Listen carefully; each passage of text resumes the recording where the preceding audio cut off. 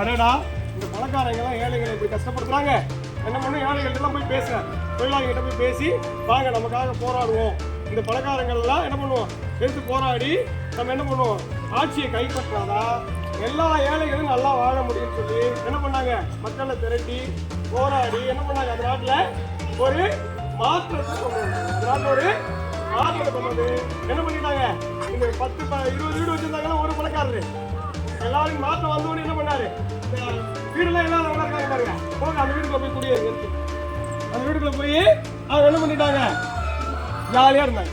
இந்த பணக்காரங்களாம் இருந்தாங்கல்ல, 10-20 வீடு வச்சிருந்தாங்கல்ல, உங்களுக்கு ஒரு வீடு போதும், ஒரு குடும்பத்துக்கு ஒரு வீடு போதும், இந்த வீடு இல்லாம இருக்கிற ஏழைகள்லாம் இந்த வீட்டுல இருந்தது புரியுதுங்களா உங்களுக்கு?